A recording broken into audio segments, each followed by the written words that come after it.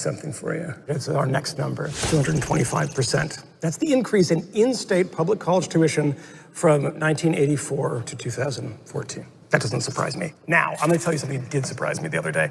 I was reading the New York Times. This Times article said that a recent study said at public universities, 19% of students are graduating in 4 years, okay? Now, moving on, this is the same article, community college, 5% are earning their associate's degree in 2 years. So the sense that we look at people saying, this is what it costs to go to a 4-year college, most people are going for 6 years, right? Yeah. I mean, so we're like all those using the stats wrong that you metric. see in, say, U.S. News and World Reports, those are all based off of 6-year figures, which is just absolutely mind-blowing.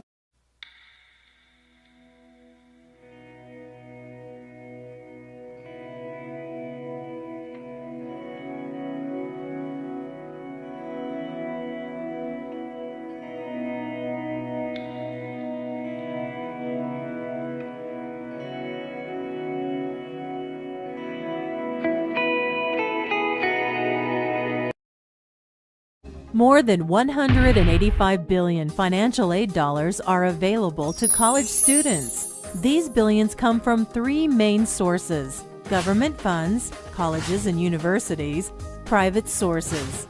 There are 3 main types of financial aid: scholarships and grants, loans, work-study awards. The most coveted are scholarships and grants. These are considered free gifts because you don't have to work for them or pay them back.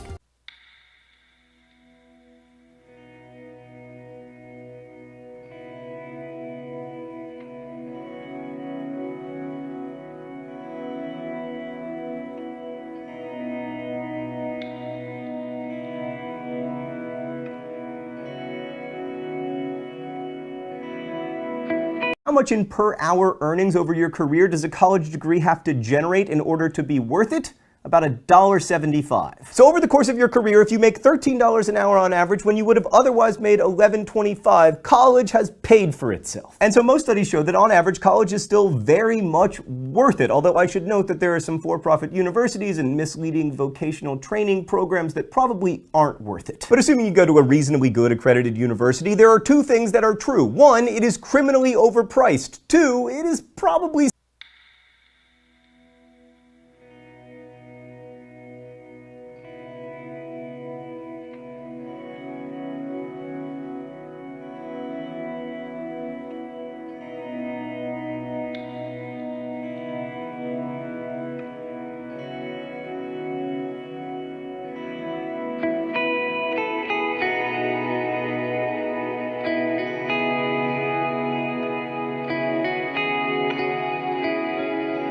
provide nifty things such as job fairs, career services, internships, and volunteer opportunities. Nearly 80% of college students complete internships during school, which always comes in handy when applying for jobs after graduation. Also, depending on your school, you'll have access to some brilliant professors that you might not have ever gotten to meet otherwise. These connections, whether short-term or long-term, are very beneficial.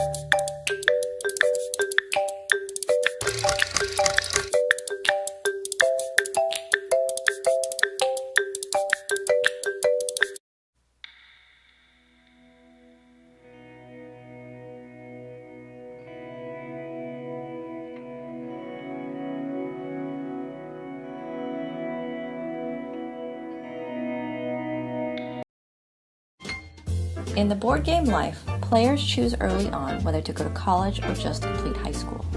The choice impacts how much money they can make, but it typically doesn't matter that much otherwise. Even without college, you can still have the trappings of a middle-class life. Get married, buy a home, have children, and enjoy a secure retirement.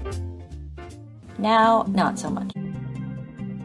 When it comes to jobs and income, college graduates suffered in the Great Recession just like everyone else. But in the past couple of years, they've been pulling ahead.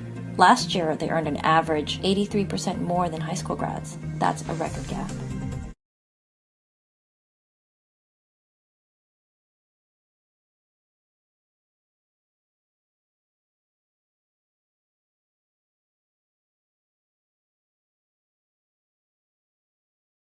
College grads with bachelor's degrees earn on average of $30,000 more per year than high school graduates. This can add up to around $500,000 more per lifetime. Think of all the pizzas you can buy with that money.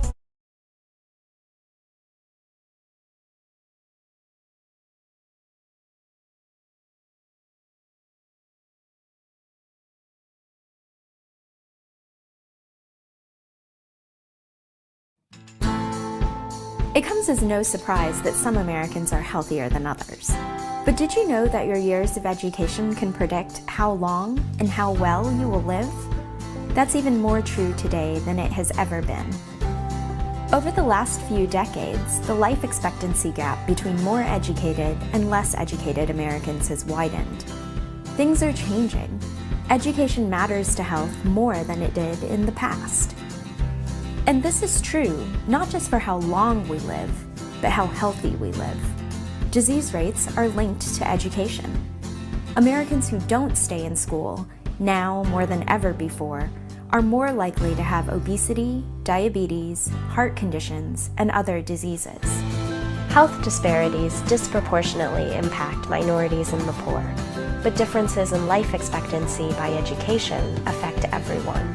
In fact, although most Americans have enjoyed increases in life expectancy for more than a century, an alarming trend has recently emerged. Life expectancy has actually been decreasing for certain groups with less education.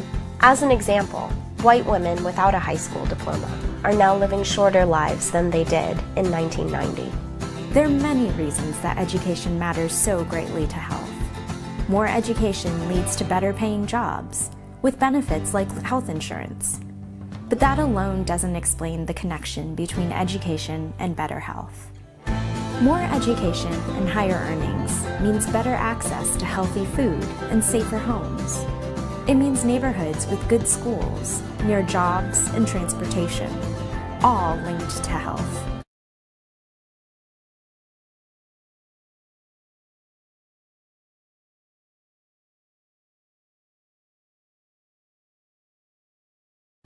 In addition, children who grow up in struggling, stressful homes or neighborhoods pay a double price.